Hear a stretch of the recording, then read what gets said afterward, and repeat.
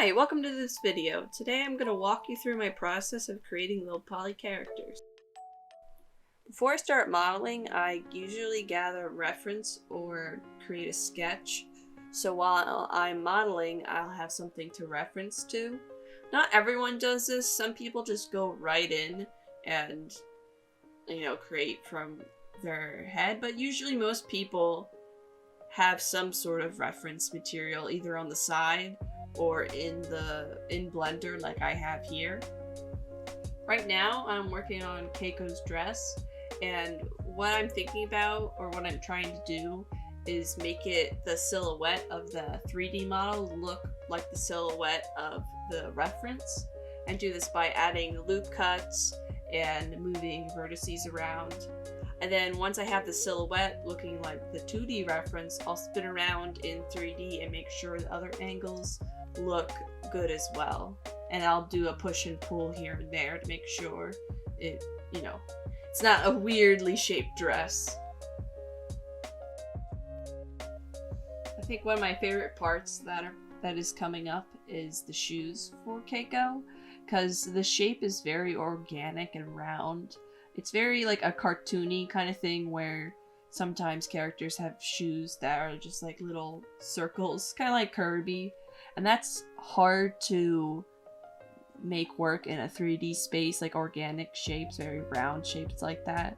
So I'm just like slowly going through and extruding, rotating loop cuts, and making sure it'll come out as like organic and round and soft as possible. I know it's not really a common thing when you're working in low poly to use this like a subsurface modifier, but I like doing it to make my shapes look more round, and it also is really great when you have a cube and throw it on there. It makes a really good spear for heads, or like I use it for the hands here. I really enjoyed making these characters.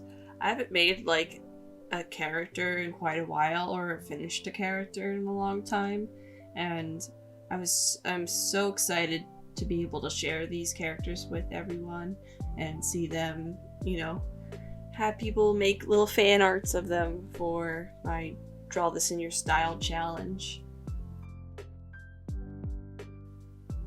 What I'm doing right now is recentering everything to the world origin.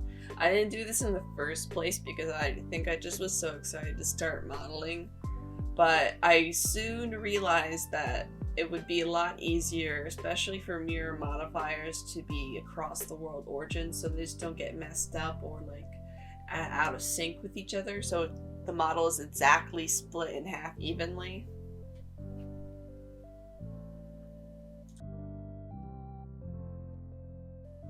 This is probably my other favorite part of the process for creating characters, is the hair.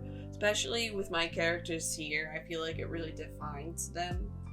And she has cute little cat ears, Keiko here, so they were very fun to figure out how to create. But I'm doing the same thing I've been doing the whole time, is following the 2D reference, making sure the silhouette looks good, and then editing it as I turn it around in 3D space. And then I am going to add a solidify modifier and bring it inwards to make it more of a full look, or more of a solidified look. And yeah, I really liked how it turned out. You see, I don't know if I will do it right now, but I'll add the ears in a minute, and it really starts to come together.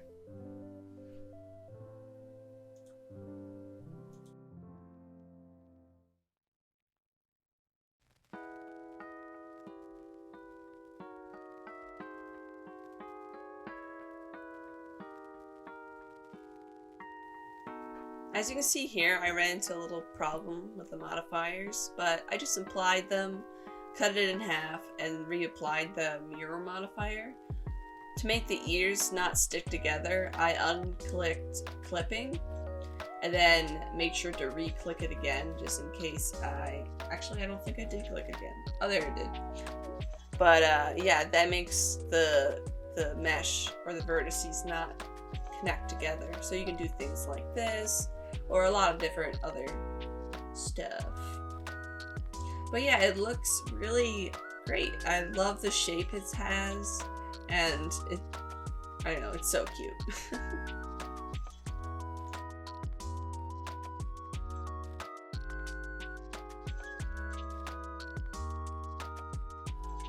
I didn't mention this before, but I've been clicking on each object as I create it, and I've been checking shade smooth, just so it looks nicer while I'm modeling. But in the end, it's not going to matter. I use emission shaders, so it basically makes everything very smooth and almost illustration-like. But that is my goal when I make my 3D models.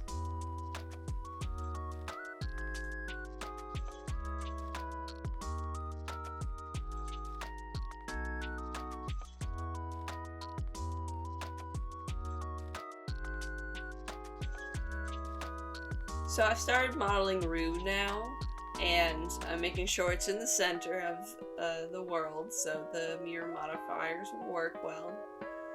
And I'm making sure their head is well proportioned and not crazy looking. It's a little easier to get away with it with Keiko's head, since her head is just mostly hair. So people won't care as much as long as it kind of has a head shape. But with characters with really short hair like this, like for most of their head, it's very short. You want it to make sure the skull looks correct. And even in cartoony characters like this, you want the little bit of the back to go up a little bit, because that's how heads look in real life. But I really loved how Rue turned out as well. I know I've been talking about Keiko a lot, but just I feel like their model's a lot more detailed, so this one took me a lot longer, especially you'll see when the texturing part comes. But yeah, it was the modeling wise, it was pretty easy.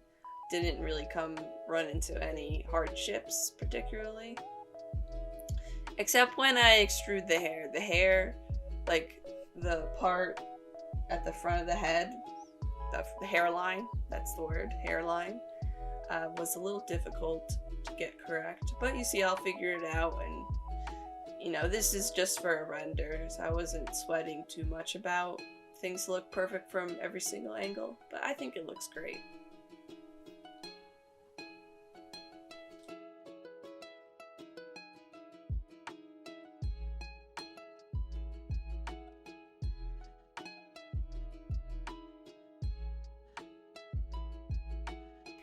It's so funny when you're designing characters and what things they'll wear. Sometimes ideas come really easily, and sometimes you're just staring and unsure what to do. But with these shoes for Rue, it came instantly. I knew exactly what shoes that they would wear. They're going for like a punk-esque aesthetic, kind of the early 2000s for both of them.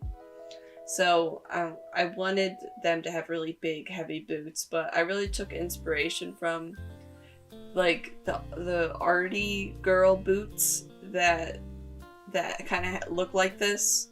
So I thought that was funny.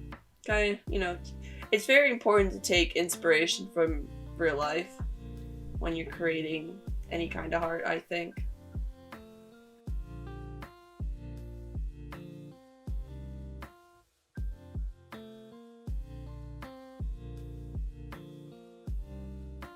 I've been 3D modeling for about 4 years now, but only over this last year I've started to really go into the low poly aesthetic, look, style, whatever you want to call it. And what really attracted me to it was seeing it a lot online. That it has really gained a lot of popularity recently, and I love it. I sought out community in the low poly, in looking for low poly groups, and it's been really rewarding. What also has been inspiring me a lot lately is seeing a lot of game dev with low poly. Some of my favorites are Nowhere, Michigan. I absolutely loved that one, and it was part of the PS1 horror game pack they do every year. It's really cool. You should definitely check that out. I also love all the wholesome low poly games that have been coming out. Of course, A Short Hike is a big inspiration of mine. Shumi Come Home. I know it's not even out yet, but just looking at that game, it looks so exciting. I just think the low poly space right now is really growing at a really cool rate, and I'm really glad to be a part of that and show people the style and discuss and grow with other artists.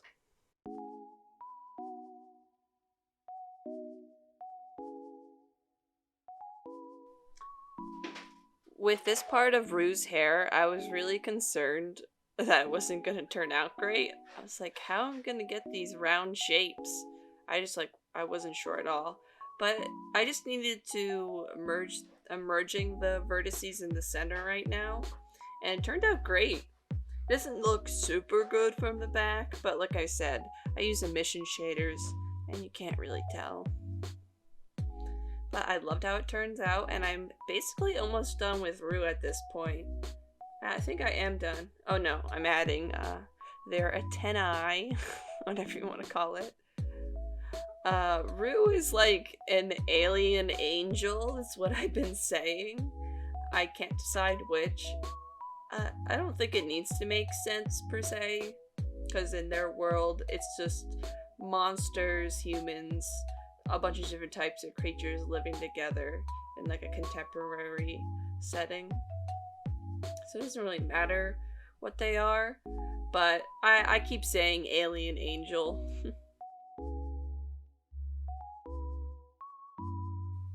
What you're seeing now is me starting to texture Keiko's dress. I didn't show the UV unwrapping for this. I think I forgot to record.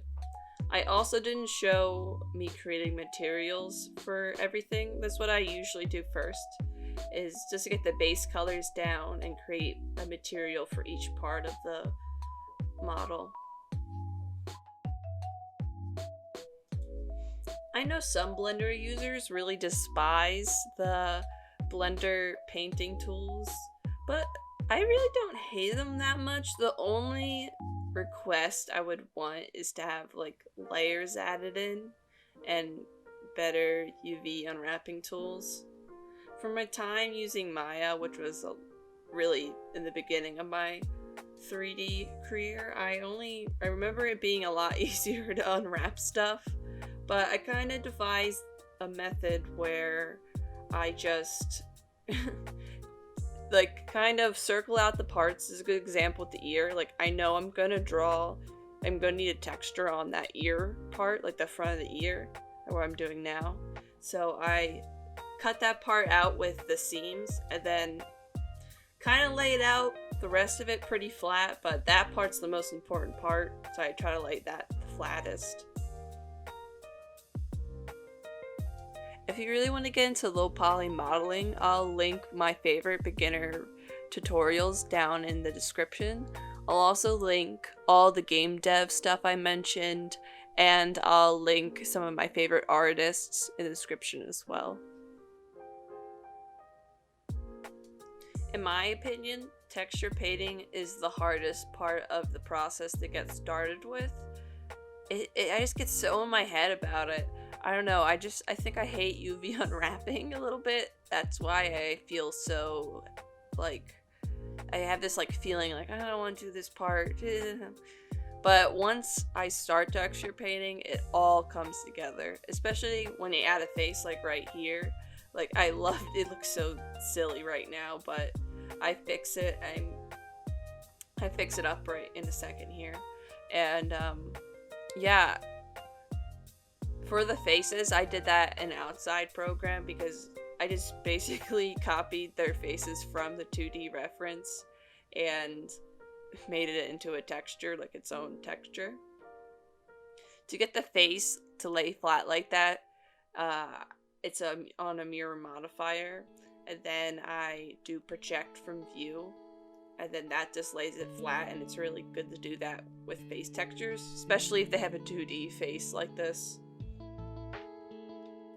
And that's Keiko's texture all finished. Now I'm starting on Rue's texture. First doing the shirt, then I realized the shirt isn't, it can't be mirrored over, so I had to unwrap it, but it was an easy thing. And again, I'm giving the most space to where the actual drawing part is going to be, where the star is going to be.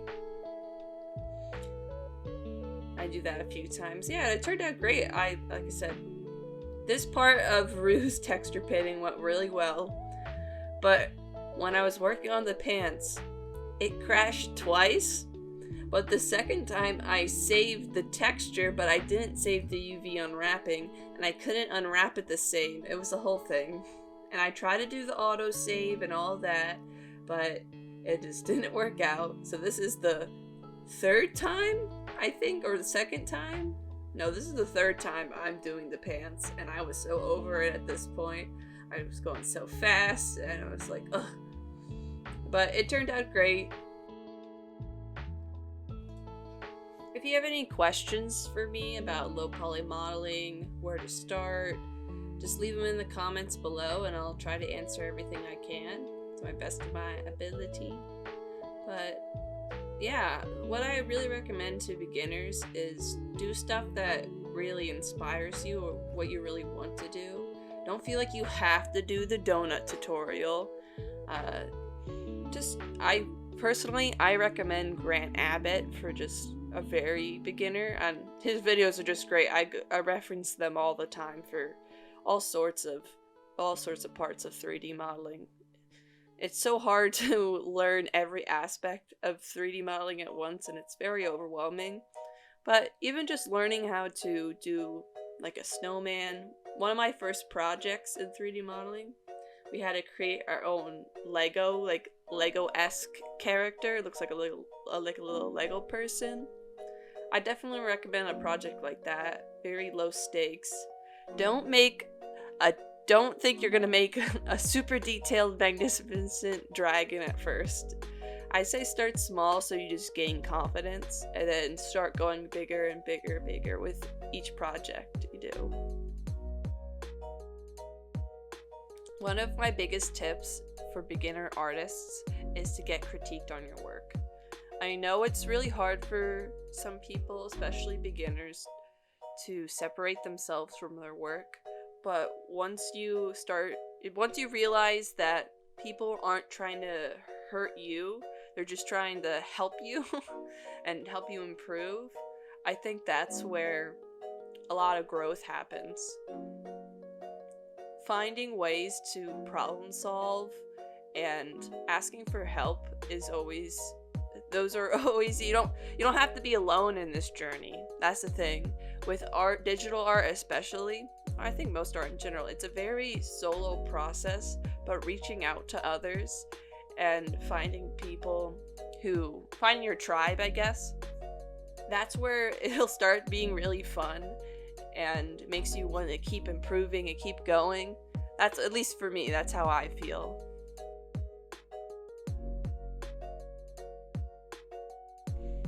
At this point in the video, you can see it's all starting to come together now, and I think it looks great. I think it turned out so fun. I love all the colors and how cute their little faces are.